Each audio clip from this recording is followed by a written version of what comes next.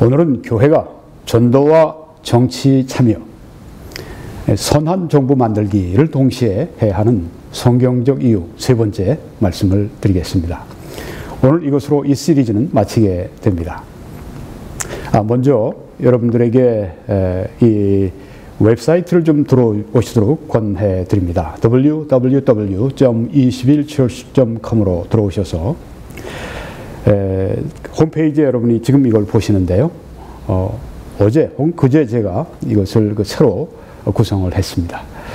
이렇게 여러분이 지금 보시니까 맨 위에 김홍기 목사 방송 동영상 전체 목록 이렇게 새로운 게 떠올랐습니다. 네, 이것을 여러분이 클릭하시면 이런 게 나타납니다. 그 유튜브에서 자동적으로 저희가 게시하는 모든 것들을 이렇게 날짜별로 아주 일목요연하게 잘 게시를 해 놓았습니다. 제가 좀 전에 진작에 좀 알았더라면 이 좋은 걸 쓸 수 있었는데 최근에 제가 알아서 여러분에게 좋은 걸 이렇게 제공할 수 있게 되어서 참 마음이 흐뭇합니다. 제가 미처 여러 가지 일 때문에 바꾸지 못할 때 여기는 이미 올라와 있습니다. 그래서 우리 게시가 되자마자 막 올라오니까 여러분들이 설교를 제일 동영상을 빨리 시청하실 수 있는 방법은 웹사이트로 들어오셔서 이 김홍기 목사 방송 동영상 전체 목록 이걸 클릭하시면 이렇게 해서 여러분이 원하시는 대로 한 1년치가 다 들어있으니까 활용하시기 바랍니다. 오늘도 미국의 유명한 신학자 웨인 그루뎀 조직 신학자입니다. 이분이 그 놀라운 책을 썼습니다. Politics According to the Bible. 성경에 따른 정치라고 하는 책을 썼습니다. 조직 신학자가 참 재밌죠? 네, 왜냐하면 성경에 정치에 관해서 말씀하고 있기 때문에 그렇습니다. 어떤 사람들은 이거 정치와 종교는 분리되는 겁니다. 그거 왜 자꾸만 목사가 목회 열심히 하고 설교 열심히 하고 성경 열심히 전하지 왜 자꾸만 그렇게 정치에 대한 이야기를 합니까? 그렇게 말씀하는 분들이 있습니다. 네.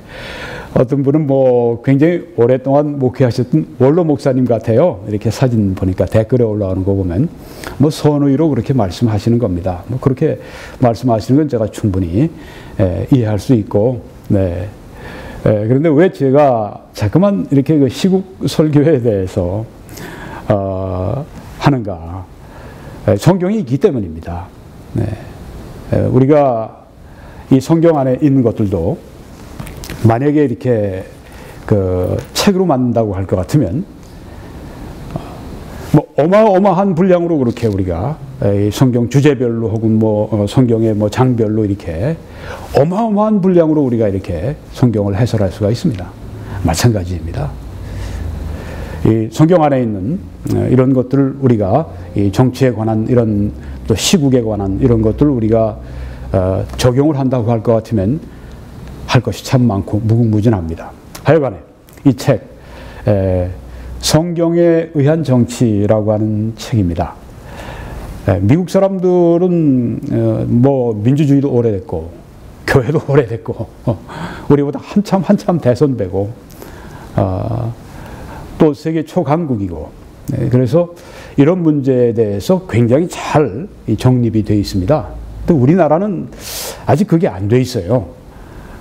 뒤죽박죽이고 성경에 의한 것도 아니고 모든 사람의 주의나 철학에 따르고 이제 그런 것을 우리가 떠나서 교회도 이 성경의 말씀에 따라서 이 정치에 참여하는 즉 선한 정부를 만드는 그 일을 위해 해야 할 일을 해야 합니다. 그래서 오늘 그런 의도에서 또 이 말씀을 전하게 되는 것입니다. 교회가 전도하면서 동시에 정치에 참여하는 뭐 달리 얘기하면 선한 정부를 만드는 그 일을 동시에 해야 하는 이유를 제가 5가지를 말씀을 드렸는데 잠깐 짚고 넘어가겠습니다. 먼저 그리스도의 모든 가르침을 전하고 지키라고 하는 마태복음 28장 28절, 19, 20절에 나오는 지상명령 때문입니다. 내가 너희에게 분부한 모든 것을 가르쳐 지키게 하라고 교회에 제자 훈련을 명하셨는데 그게 지상명령의 핵심입니다. 어떤 사람은 전도만 아닙니다. 가서 그 말씀은 일부입니다. 모든 족속을 제자로 삼는데 가서 할 일이 무엇입니까? 세례 혹은 침례를 베푸는 것, 그것도 일부입니다. 예수님이 그 다음에 하신 말씀은 모든 것을, 내가 너에게 분부한 모든 것을 가르쳐 지키게 하라고 말씀했기 때문에 예수님의 가르침 가운데 하나 예를 들어서 가이사의 것은 가이사에게, 하나님의 것은 하나님께 바치라고 말씀하셨을 때 그 예수 그리스도의 가르침, 거기에도 정치에 관한 말씀이 있죠. 네, 그것을 이제 또 여러 가지 우리가 그리스도의 가르침 가운데 있는 말씀을 전하고 또한 순종해야 되기 때문에 그렇다고 하는 것입니다. 두 번째는 이 복음, 이 넓은 의미에서, 광의적인 의미에서 볼 때 이것은 사회의 변화를 포함합니다. 하나님께서 사람을 구원하실 때는 선한 일을 위해 지으셨다고 했고, 그 선한 일을 한 사람을 통해 행하실 때 그것은 또한 그 가정이나 또한 그 직장이나 혹은 그 학교나 혹은 그 사회 혹은 나라, 국가, 세계에 반드시 영향을 미치게 됩니다. 하나님은 어떤 그리스도인들은 특별히 탁월하게 쓰셔서 그 한 사람의 영향력이 아주 나라와 세계까지 강하게 영향을 미치게 하시는 경우가 있습니다. 그런데 하나님은 모든 그리스도인들이 복음을 받고 복음으로 말미암아 구원받은 모든 하나님의 백성들이 그 사회의 변화까지 갈 수 있도록 그렇게 하나님께서 이 복음의 능력을 그렇게 그들 삶 가운데 역사하게 하신다고 하는 것입니다. 그래서 두 번째 이유가 거기 있고요. 세 번째는 정부 혹은 정치에 관한 말씀들을 이 성경에 있는 말씀, 사도행전 20장에 보게 되면 사도 바울이 내가 하나님의 모든 그 뜻을 너에게 전했다고 말씀했는데 거기에는 정치, 정부에 관한 이 성경의 말씀이 들어있는데 그거 가르쳐야죠. 순종해야죠. 이 그리스도인들이 교회가 또 특별히 아는 거 보면 그냥 정부 요인들을 위해 기도해라. 또 잘 순종해라. 복종해라. 이 정도만 알고 있습니다. 이게 성경의 전부입니까? 성경에 보면 이런 것도 있습니다. 베드로와 요한과 이 사도들을 불러다가 막 때렸습니다. 너희를 다시는 예수의 이름으로 가르치고 전하지 마라. 그때 그들이 어떻게 했습니까? 예, 알겠습니다. 위에 있는 권세에게 굴복하라. 예, 알겠습니다. 그리고 다시는 가서 복음 전하지 않고 예수의 이름을 증거하지 않고 그랬습니까? 아니죠. 사도행전 5장 보세요. 뭐라고 그랬습니까? 너희가 하나님 앞에서는 너희 말 듣는 게 옳은가 아니면 하나님의 말씀을 순종하는 옳은가 너희가 판단하라고 그렇게 하지 않습니까? 그리고 나가서 복음 전하지 않습니까? 그래서 결국 매도 맞고 결국은 목도 잘리고 결국 십자가에 걷고 베드로는 못 박혀 죽기도 하고 하나님의 말씀 가장 지구하신 위에 있는 권세의 그 말씀을 거스르는 그런 정부의 명령이 있을 때 그걸 쫓아가서는 결코 안 되죠. 그래서 조금 난 사람들은 그 정도는 압니다. 근데 그 이상을 잘 몰라요. 성경에 이 있는 말씀들을 좀 더 우리가 깊이 취급하고 또 가르치고 순종해야 하기 때문에 그렇다고 하는 것입니다. 네 번째는 그리스도인들은 모든 이에게 착한 일을 하도록 그렇게 부름을 받았기 때문입니다. 그 착한 일에는 선한 정부를 만드는 일도 포함이 돼 있죠. 오늘 제가 어떻게 역사상 그리스도인들이 이 선한 일을 어떻게 선한 정부를 만드는 일, 선한 법을 만들고 또 선한 지도자들을 세우고 그들에게 영향을 미치고 선한 이 빛과 소금의 영향력을 이 사회 안에서 이 나라 안에서 이 정치를 통해서 구현했는가 하는 것들을 오늘 보여드리려고 합니다. 다섯 번째는 교회와 정부가 공통의 사명이 있습니다. 하나님이 주신 공통의 사명은 악을 억제하는 것입니다.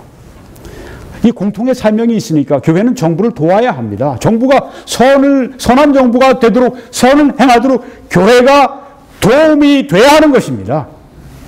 교회 종교와 정치, 종교는 분리되어 있다. 물론 거기에 맞는 말이 있죠. 어떤 기독교를 포함해서 불교니 이런 걸 어떤 나라의 종교로 삼고, 이슬람 그렇게 해서 다른 모든 종교를 완전히 그냥 박해해버리고 박멸해버리고 이런 그 잘못된 정치와 종교가 완전히 일치시키는 잘못된 거, 이건 분리가 돼야 됩니다. 혹은 중세 가톨릭처럼 그렇게 완전히 그냥 이 정치를 완전히 좌우해버리니 그것도 분리시켜버려야 됩니다. 그런 면에서 정교 분리입니다. 그렇지만 교회와 정부는 여기 악을 억제한다고 하는 도덕성의 문제입니다. 이 모랄리티, 이 도덕성의 문제에 관해서는 교회가 정부가 악을 행치 않도록, 정부가 선을 행하도록 감시하고 또한 도와주고 이럴 기능과 사명이 있기 때문에 그렇다고 하는 것입니다. 오늘은 이제 이 마지막 그 이유가 되겠는데요. 그리스도인들이 역사를 통해서 정부들의 선한 영향력을 미쳤기 때문입니다. 구체적인 사례들을 좀 보여드리려고 합니다. 아모스서 5장 24절에 보게 되면 오직 정의를 물같이 공의를 마르지 않는 강같이 흐르게 할지어다 그렇게 말씀을 하셨습니다.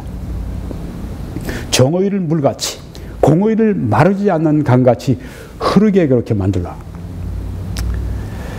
기독교가 어떻게 이렇게 정의와 공의가 흘러가도록 그렇게 세상을 변화시켰는가. 그 왼쪽에 보시면 How Christianity Changed the World. 기독교가 어떻게 세상을 변화시켰나. 이런 제목의 책을 한 역사학자가 엘빈 슈미트라고 하는 역사학자가 쓴 책이 있습니다. 그 내용 가운데 몇 가지 사례를 제가 말씀드리려고 합니다. 기독교가 어떻게 세상을 바꿨는가. 먼저 기독교가 어떻게 로마 제국을 변화시켰는가 말씀을 드리는데요. 먼저 이 로마 제국이 기독교가 로마 제국에서 박해를 엄청 받았습니다. 그거 아시죠? 네, 아주 무서운 박해 시대를 거의 한 300년 동안을 교회가 통과를 했습니다. 그런데 교회가 죽은 것이 아니라 교회가 생생하게 살아났습니다. 지상에서 박해를 하면 지하 카타콤을 파고 들어가서 그 속에 들어가서 거기서 이 무덤인데 사실은 그리스도인들이 죽으면 거기다 갖다 묻고 바로 그 무덤, 지하 무덤 거기에서 그리스도인들이 신앙생활을 하기도 하고 그렇게 하면서 이 하나님의 역사로 말미암아 로마 제국의 박해 동안에도 교회가 활활 타올랐습니다. 그러다 이제 로마 제국이 컨스탄틴 황제를 통해서 기독교를 합법화합니다. 그때가 AD 313년입니다. 더 이상 박해가 없습니다. 이제 기독교인 되는 것은 아주 오히려 로마 제국 안에서 아주 퍼스트 클래스, 아주 최상의 시민이 되는 그런 그 위치로 아주 완전히 그냥 뒤집어진 것입니다. 많은 사람들이 이때 기독교가 로마 제국의 국교가 됐다고 생각하는 그건 아닙니다. 기독교를 이제 로마 제국에서 국교로 삼은 것은 AD 380년 그때는 그 데오도시우스 황제 때입니다. 자, 이렇게 로마 제국을 그리스도인들이 그 변화시켰는데 물론 합법화시키고 유일한 종교로 만들고 합법화는 괜찮아요.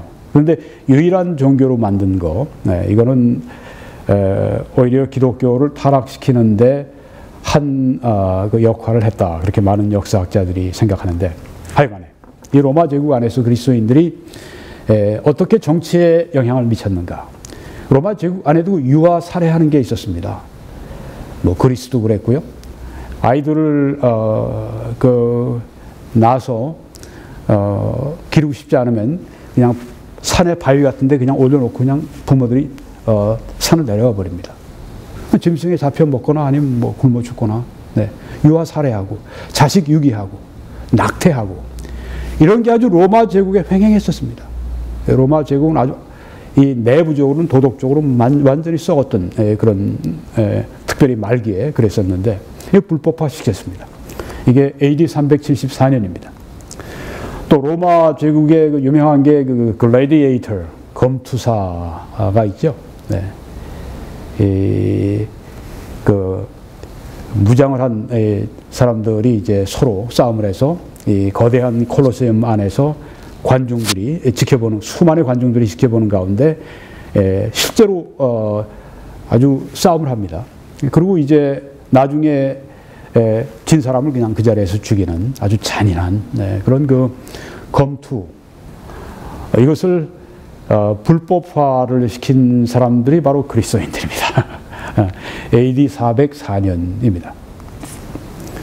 또 로마 제국에 그 범인이 있으면 얼굴에 낙인을 찍어버렸습니다. 평생에 그 낙인이 남는 거죠. 네.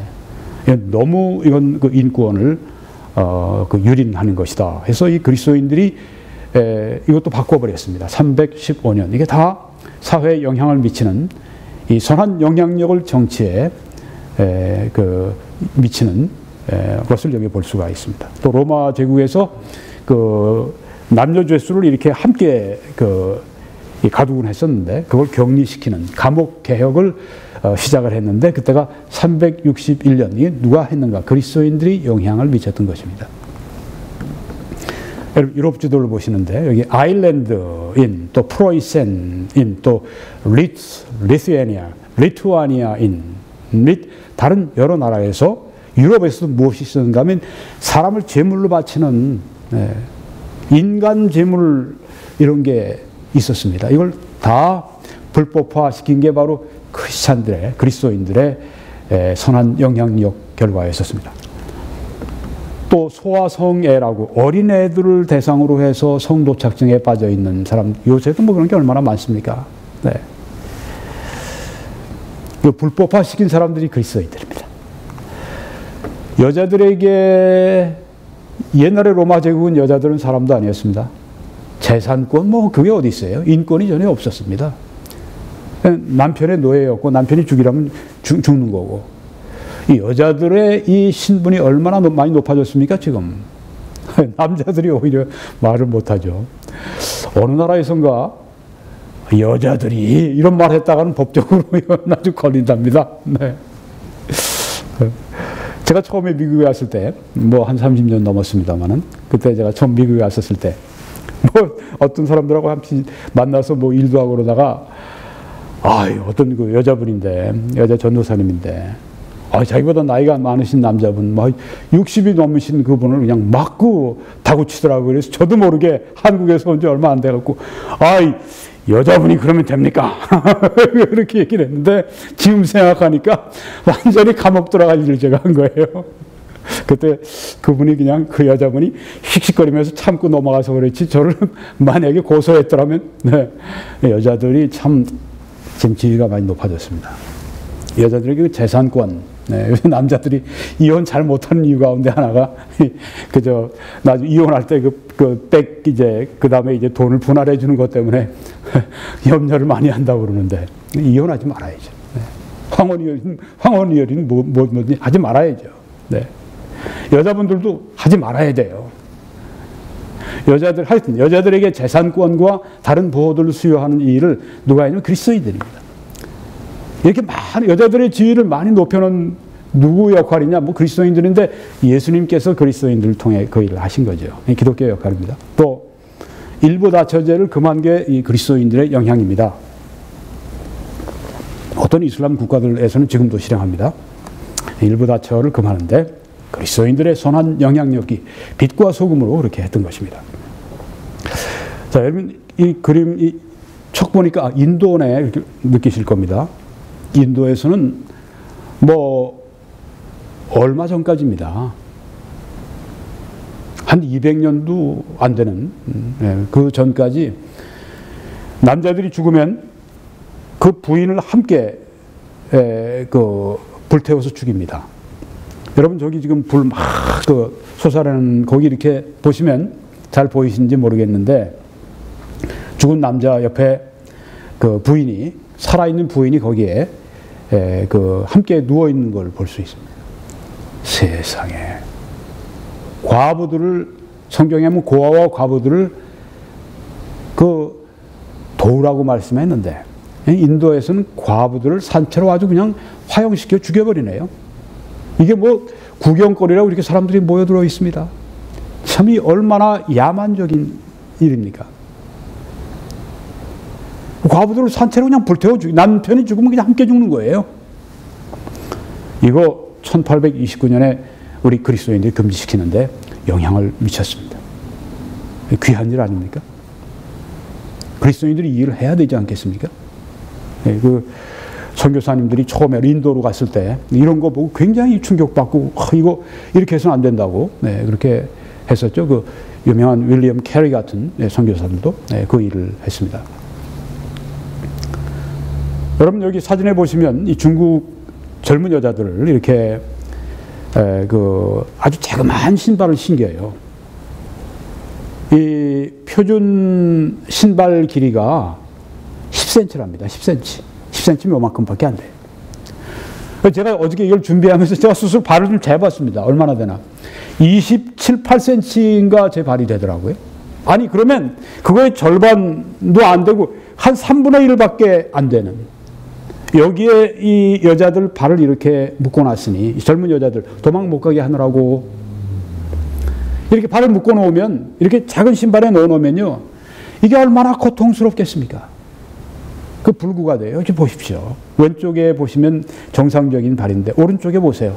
오른발에는 그 조그만 그 신발을 그냥 감옥을 평생, 발을 평생 그 작은 감옥에 가두는 겁니다. 그러니까 왼쪽을 보세요.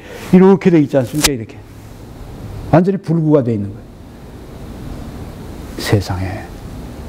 인도에서는 과부들을, 여자들 불로 산채로 아주 그냥 태워 죽이더니 여기에 보니까 또 이렇게 고통을 주네요. 이게 말이 됩니까?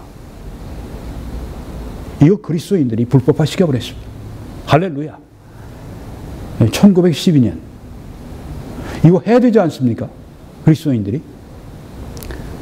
선한 일을 위해 지음받으셨다고 했고, 이웃을 우리처럼, 나처럼 사랑하라고 말씀하셨는데, 뭐 말로만 하면 무슨 소용이 있습니까? 행동에 옮겨야죠. 우리 그리스도인들이 그렇게 했다고 하는 겁니다. 중국에 있는 우리 선교사, 또 그리스도인들이 그렇게 해서 1912년에 이 악습을, 이 좀 악독한 습관을, 관습을 고쳐버린 겁니다. 독일에서는 이 그리스도인들이 정부 관리들을 설득했습니다. 그래서 공립학교 제도를 시작하는데 16세기입니다. 그게 바로 그리스도인들의 정치적인, 선한 정치적인 영향력이었습니다. 이거 잘못된 겁니까? 해야죠. 누가 이 일을 처음 시작했을까요? 물론 목회자들이, 설교자들이, 목사님들이 이 일을 앞장서서 추진하고 성도들이 함께 교회적으로, 그래서 여러 목회자들이, 여러 성도들이 함께 영향을 미치니까 정부에 이런 선한 영향력을 미칠 수 있게 되는 것입니다. 이런 일을 해야 되지 않겠습니까? 뭐 연탄 날라주고 뭐 이제 뭐 곧 또 연말이 되고 그러니까 뭐 가서 뭐 봉사한다고 말이죠. 뭐 앞에 뭐 앞치마하고 뭐 그 저 장갑하고 뭐 구공탄 막 그냥 엄집에 갖다 막 그냥 서로 받아서 주고 사진 탁 찍고 말이죠. 우리 선한 봉사에 좋아요. 나쁜 거 아닙니다. 좋습니다. 근데 이것만, 구공탄 나르는 이것만 하는 게 아니라고 하는 겁니다. 바로 여기에 말한 이런 악습들, 여기에 선한 이런 그 제도들, 이딴 거를 만드는데 그리스도인들이 법에 영향을 주고 이렇게 하는 것입니다. 낙태로 말미암아서 수많은, 미국에 그동안 한 6천만 명의 어린이들이 낙태가 됐다고 그러죠. 스페인 인구 전체가 다 아주 그냥 도살되는 그런 그 아이들이 도살을 되고 그렇게 된 것입니다. 지금도 뭐 계속 그렇고요. 이걸 그리스도인들이 막아야 된다고 지금도 그렇게 싸우고 그렇게 하지 않습니까? 이거 해야 되지 않습니까? 구공탄만 나르는 이 일이 아니라는 말입니다. 좋은 거지만 거기에서 머물러서는 안 된다고 하는 것입니다. 이런 일들을 우리가 해야 한다고 하는 것입니다. 이런 일을 하기 위해서, 그러면 이런 마음들을 일깨우기 위해서 해야 돼. 이 강단이, 하나님의 말씀을 전하는 강단이 그 일을 먼저 시작해야 되지 않겠습니까? 또 유럽의 여러 나라에서 모든 어린이들을 위한 의무 교육을 실시하는 그 생각을 바로 그리스도인들이 발전시킨 것입니다. 또 로마 제국, 아일랜드 혹은 유럽의 대부분 나라에서 노예를 해방시키는 것, 바로 이것도 그리스도인들이 앞장서서 한 일입니다. 1840년 경건한 그리스도인 윌리엄 윌버포스, 오른쪽에 사진이 있습니다. 그가 대영 제국 안에서 노예 무역을 금지시키는, 노예 제도를 폐지시키는 그 일을 위해서 아주 정말 힘든 싸움을 했습니다.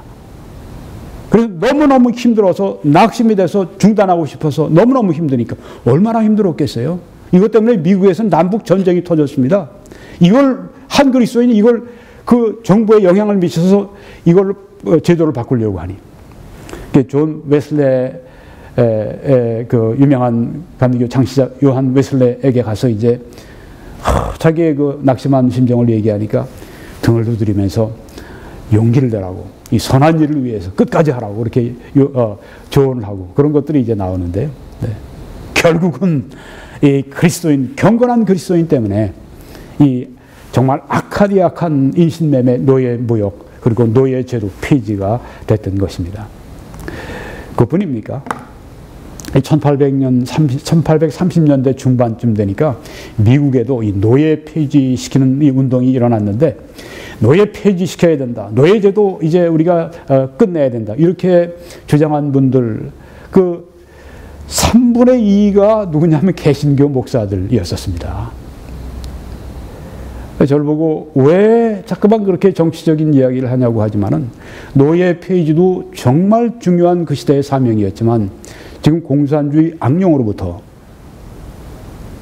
사탄의 그런 그 나라를 파괴해서 교회를 파괴하는 그런 것으로부터 나라를 건지는, 그 나라를 보호하는, 그래서 교회를 보호하는 그 일을 위해 이 목회자가 그 말씀을 증거하는 걸 왜 가로막지 못해서 야단입니까?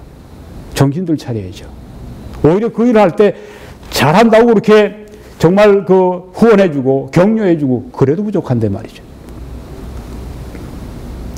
밑에 그 사진은 그 유명한 게티스버그 전투입니다. 하루에 수만 명씩 죽은 남북전쟁, 노예 폐지하는 것 때문에 미국에는 피를 흘리기까지 했습니다. 내전이 있었습니다. 그 유명한 분이 라이먼 비처, 그 당시에 유명한 목사님, 설교자였죠. 해리엇 비처, 스토우 부인, 그 유명한 엉클 톰 스케빈을 저술해서 이 노예의 그 정말 고통스러운 나날을 그림으로 말미암아서 이 노예 제도를 주창하는 그 일을 위해 아주 큰 힘이 되었던, 오른쪽에 책 표지가 하나 있습니다. 그게 엉클 톰 스케빈 처음에 나왔을 때 그 표지입니다. 또 찰스 피니, 당시에 아주 가장 유명했던 부흥사. 네. 그리스도인들이, 이 목사님들이, 설교자들이 강단에서 노예를 폐지해야 된다고 그렇게 사회 운동을 일으키고, 또 그렇게 이 정치 참여하고 선한 정부 만드는 그 일을 위해 하지 않았습니까? 제가 하는 것은 이분들의 일을 본받아 하는 것입니다. 뭐 이상한 일을 하는 게 아니에요. 여기 왼쪽에 여러분이 보시면 1963년입니다. 재밌네요. 여기 1963년 여기 게티스버그 전투가, 노예제도 때문에 싸운 피 흘린 전투가 있었고, 100년 지난 다음에 1963년 링컨 메모리얼, 링컨 기념관 앞에서 지금 유명한 마틴 루터 킹 주니어 목사님이 I have a dream, 나는 꿈이 있습니다 하고 인종차별, 인종격리를 하는 것을 반대하는 그 시위를 했죠.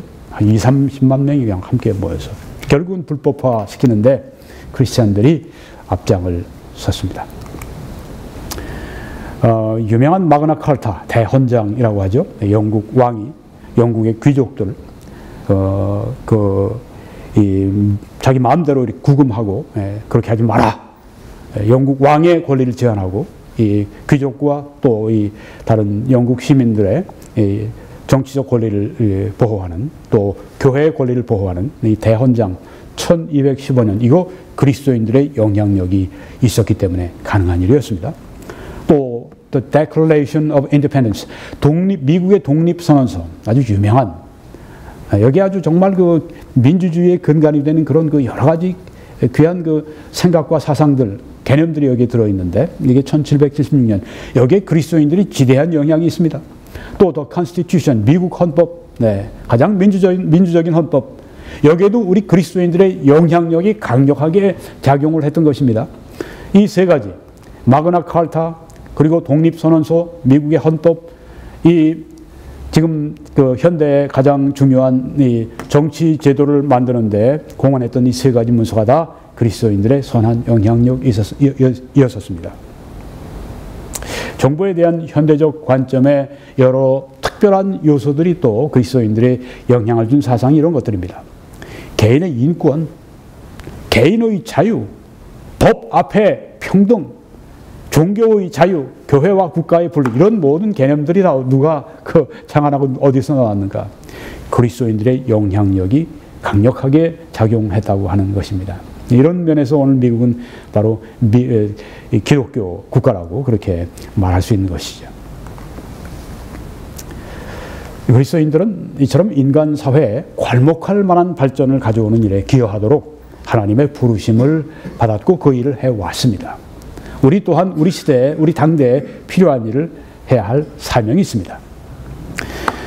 이런 사회 변화는 그리스도인들이 정치 참여를 통해서, 선한 정부 만들기를 통해서 그렇게 이런 발전들을 가져오게 했다고 하는 것입니다. 마태복음 5장 16절에 보니까 이같이 너희 빛이 사람 앞에 비치게 하여 그들로 너희 착한 행실을 보고 하늘에 계신 너희 아버지께 영광을 돌리게 하라. 이미 착한 행실을 우리가 봤습니다. 마태복음 22장에도 내 이웃을 내 자신과 같이 사랑하라고 말씀했습니다. 말뿐이 아닙니다. 이것을 이렇게 여러 가지 방법으로 선한 정부를 만드는 그 일을 통해서 구체적으로 표현하는 것입니다. 갈라디아 6장에도 보니까 기회가 있을 때 모든 이에게 착한 일을 하되 더욱 믿음의 가정들에게 할지니라, 그렇게 말씀을 하셨습니다. 착한 일, good works. 에베소 2장에도 우리는 그가 만드신 바라 그리스도 예수 안에서 선한 일을 위해, good works, 선한 일을 위해 지으심 받은 자니 이 일은 하나님이 전에 예비하사 우리로 그 가운데서 행하게 하려 하심이라. 선한 일을 행하도록 하나님께서 하셨는데 그 우리가 선한 정부 만드는 일에 선한 영향력을 행사하도록 하나님이 또한 우리를 부르셨다고 하는 것입니다. 자, 그리스도인들은 그러면 어떻게 정치 참여를 할 수가 있습니까? 선한 정부 만들기를 할 수가 있습니까? 고린도전서 12장에 보니까 은사는 여러 가지나 또 직분은 여러 가지나 활동은 여러 가지나 하는 말씀이 이렇게 나와 있습니다. 다양하다고 하는 것이죠. 다양하게 우리가 이 정치 참여를 할 수가 있습니다. 여기 지금 한 6분 정도를 제가 말씀드립니다만 어떻게 정치 참여, 어떻게 선한 정부 만들기에 참여할 수 있습니까? 목회자들, 설교자들은 다 김홍기 목사처럼 해야 됩니까? 아닙니다. 그렇게 말씀드리는 게 아닙니다.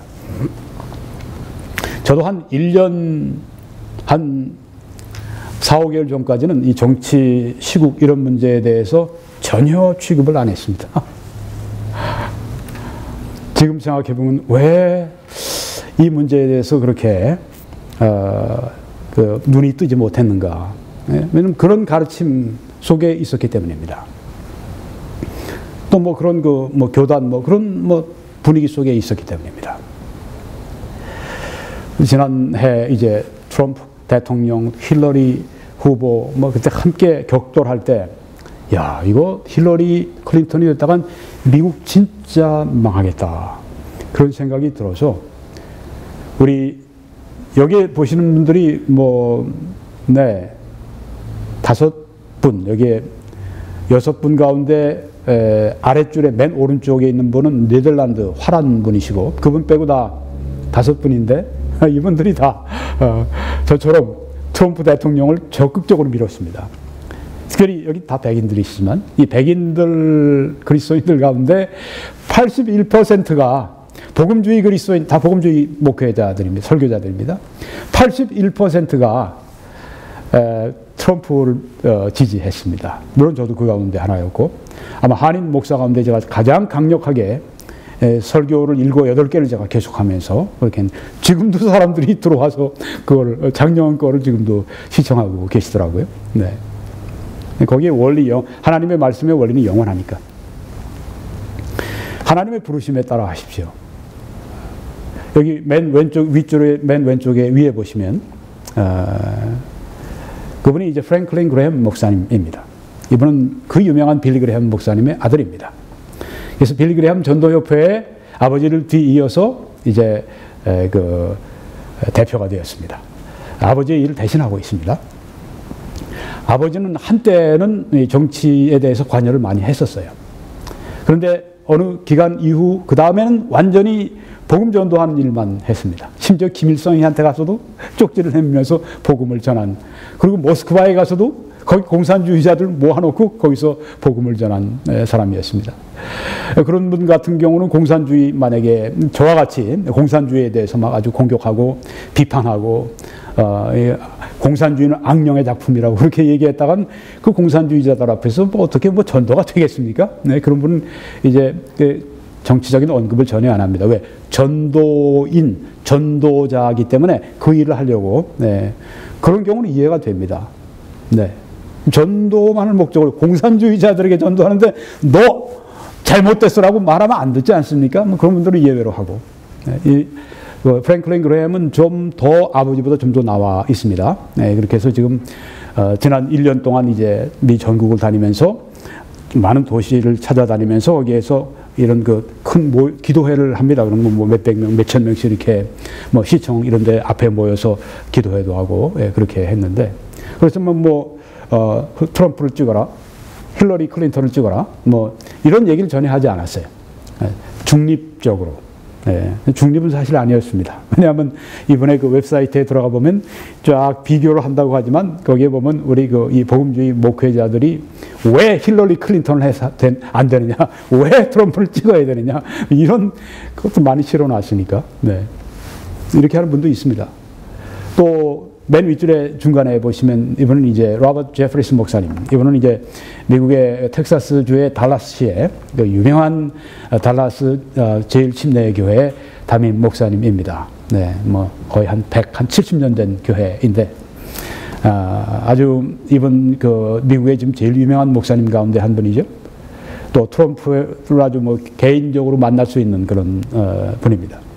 얼마 전에도 트럼프 대통령에게 그 편지를 했습니다. 보니까 이렇게 했습니다.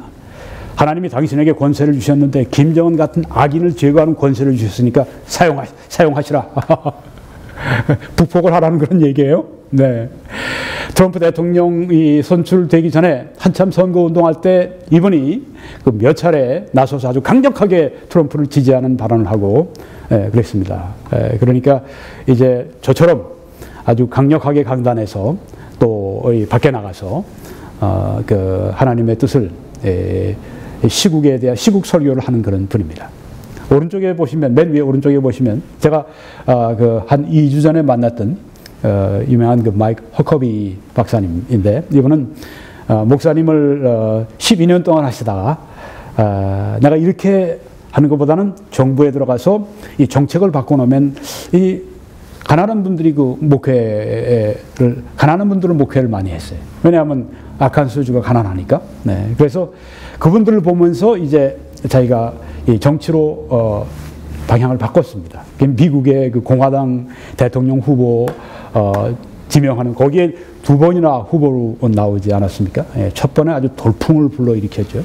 앞으로도 이제 또 대통령 후보로 나올 수 있습니다. 대통령이 될지도 모릅니다. 네, 지금은 어떻게 합니까? 목회는 하지 않으시고, 대신 이분의 이 목회는, 사실상의 목회는 뭐냐면 정치권에 가서 뭐 톡쇼 같은 거에서 TVN 기독교 그 복음주의 기독교 계통의 방송인데, 거기에서 이제 이분이 그 톡쇼를 합니다. 일주일에 한 번씩 합니다. 허커비 쇼를 합니다. 그렇게 해서 미국의 사회 이런 문제, 정치 이런 문제를 가지고 사람들에게 성경적으로 이제 그걸 어떻게 이해하고 어떻게 해석하고 어떻게 적용하는가, 이런 것을 합니다. 이런 분도 있어요. 네.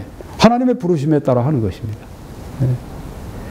어떤 분은 1년에 몇 차례만 이 시국에 대해서 설교할 설교자도 있을 겁니다. 그렇지만 저 같은 경우는 그 부르심이 달라요.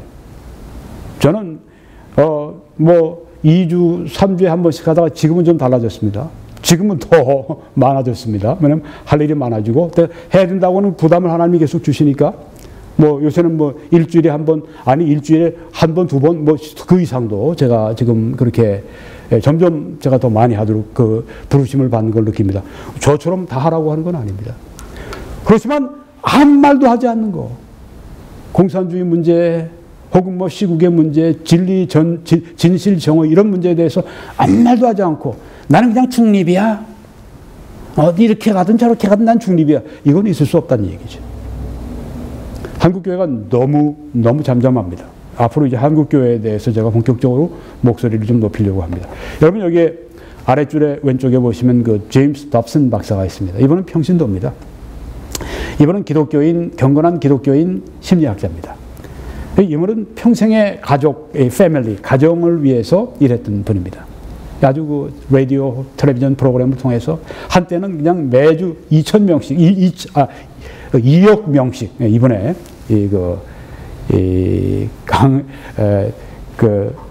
연설을 들을 만큼 대단했었습니다.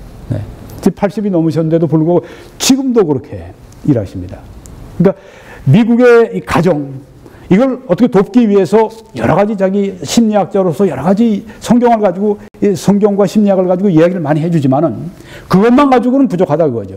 그러니까 소프트웨어고 하드웨어가 필요한데 그건 뭐냐 하면은 법, 정치, 그렇게 법적으로 법을 제정해야 된다고 하는 거죠. 네, 그렇게 해서, 하는 일에 아주 이 법 제도 만들고 이런 그 정치적인 문제에 아주 강력한 영향력을 이분이 발휘했었고, 네, 지금은 그 전성기처럼 되지는 않지만, 그래도 역시 지금도, 80 지금 중반쯤 되는데도 열심히 일하고 계십니다. 하나님의 부르심에 따라 이렇게 하는 것입니다. 중간에 이제 밑에 여러분 중간에 보시면은, 아까 얼굴을 보셨습니다. 이분은 이제 웨인 그루뎀 교수입니다. Politics According to the Bible. 성경에 의한 정치. 그 책을 쓴 분이죠. 조직신학자입니다. 책을 쓰고 강연도 하고, 네, 이렇게 합니다. 그래서 미국의 정치에 영향을 미칩니다. 그리스도인들이 어떻게 정치에 참여해야 되는가? 오늘 여러분들이 지금 들으시는 이런 모든 것들이 다 바로 이분이 책에 쓴 걸 제가 여러분들에게 전해드리는 것이고, 또 물론 제 생각도 함께 전해드리지만은, 네, 이렇게 열매를 맺는 것입니다. 네. 오른쪽에 보시게 되면 맨 아래, 이분은 화란 분이신데, 윌리엄 카이퍼, 에이브러햄 카이퍼입니다. 이분 참 다양해요. 언론인이고, 대학교 교수고, 또한 프리 유니버시티라고 지금 뭐 2만 명이 넘는 큰 화란의 대학을 그때 세웠고,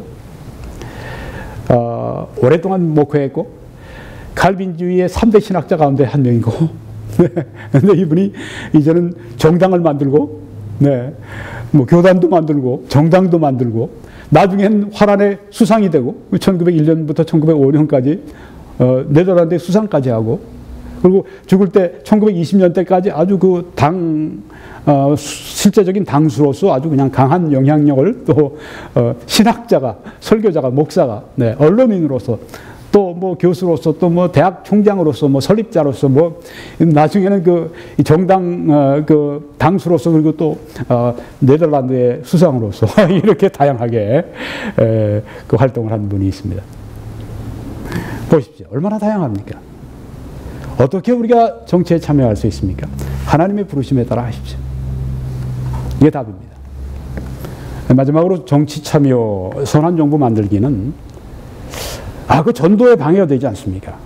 선의로 어떤 분이 얘기합니다. 훌륭한 지도자들이 그렇게 말도 합니다.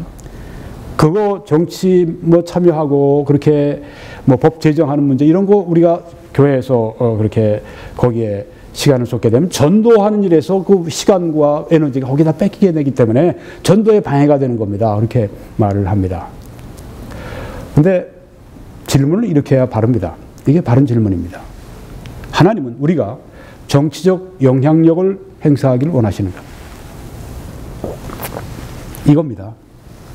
그거 하면 전도에 방해가 돼. 이 말은 뭐 달리 얘기하면 이렇게 또 얘기할 수 있습니다. 너무 교회에서 제자 훈련하고 너무 성경 강의 열심히 하다가 보니까 전도가 방해가 돼. 이 얘기하고 비슷한 겁니다. 전도 외에 다른 일을 하면 결국은 전도에 있는 시간을 다 거기에 쓸 수 있는 것들을 다 자원을 다 뺏기는 거야. 아닙니다. 질문을 이렇게 하면 이 질문보다 이 질문이 바른 질문입니다. 하나님은 우리가 사회 빛과 소금으로서 선한 정부 만드는 그 일, 아까 우리가 쭉 사례를 말씀드렸습니다. 이거 우리가 하기를 원하시는가? 원하신다 그러면 해야죠. 하나님의 뜻인데. 하나님이 어떤 사람이 정치적인 영향력을 행사하도록 부르시는데 그거 하는 것이 아니라 나가서 전도하는 일을 한단 말이에요. 네. 그럼 하나님의 축복이 있을까요? 없죠. 왜? 하나님의 뜻이 아닌 일을 했으니까. 전도도 물론 하나님의 일이지만 뭐 맨날 전도만 합니까? 네. 그렇지는 않잖아요. 아니, 목사가 여기에 설교를 하는데 맨날 전도 설교만 합니까? 맨날 예수 믿으라고. 그게 얼마나 중요합니까, 많은? 네. 그것만 하지는 않잖아요. 마찬가지입니다. 그렇습니다. 로마서 14장에 보게 되면은 내가 어찌하여 내 형제를 비판하느냐? 어찌하여 내 형제를 업신여기느냐? 우리가 다 하나님의 심판대 앞에 서리라. 내가 생각하고 내가 믿는 바대로 그 김영기 목사 왜 그렇게 자꾸만 그 시국 설교하고 야단이야? 이렇게 얘기하는 분들이 있어요. 네가 어찌하여 내 형제를 비판하느냐? 성경에 말씀하지 않습니까? 어찌하여 내 형제를 업신여기느냐? 저를 비판하지 마십시오. 저를 업신여기지 마십시오. 왜? 우리가 다 하나님의 심판대 앞에 서리라. 기록되었을 때 주께서 이르시되 내가 살았노니 모든 무릎이 내게 꿇을 것이요 모든 혀가 하나님께 자백하리라 하였느니라. 이러므로 우리 각 사람이 자기 일을 하나님께 직고하리라. 부르심 받은 대로 하나님 앞에 충성하고 헌신하고 봉사하고, 그리고 하나님께 우리가 그것에 대해서 책임을 가지고 하나님께 고하는 것입니다. 그런즉 우리가 다시는 서로 비판하지 말고 도리어 부딪힐 것이나 거칠 것을 형제 앞에 두지 아니하도록 주의하라. 이렇게 말씀을 했습니다. 오늘 말씀 마치면서 여러분들에게 이 사역을 위해 기도해 주시고 또 주의 알려주시고 그리고 선교 헌금으로 또 재정적인 후원으로 함께 이 말씀을 전해 주시기를 간곡히 부탁을 드립니다. 밑에 여러분 정보를 활용해 주시고 또 페이팔 이 정보도 여러분들이 사용하실 수 있습니다. 그리고 이 웹사이트에 들어오셔서 이 맨 왼쪽 아래에 노란 동그라미 안을 클릭하시면 어떻게 참여하실 수 있는가, 필요한 정보가 다 들어 있습니다. 여러분이 그렇게 해주실 때 하나님의 놀라우신 은혜와 축복이 함께 하시기를 간절히 축원합니다.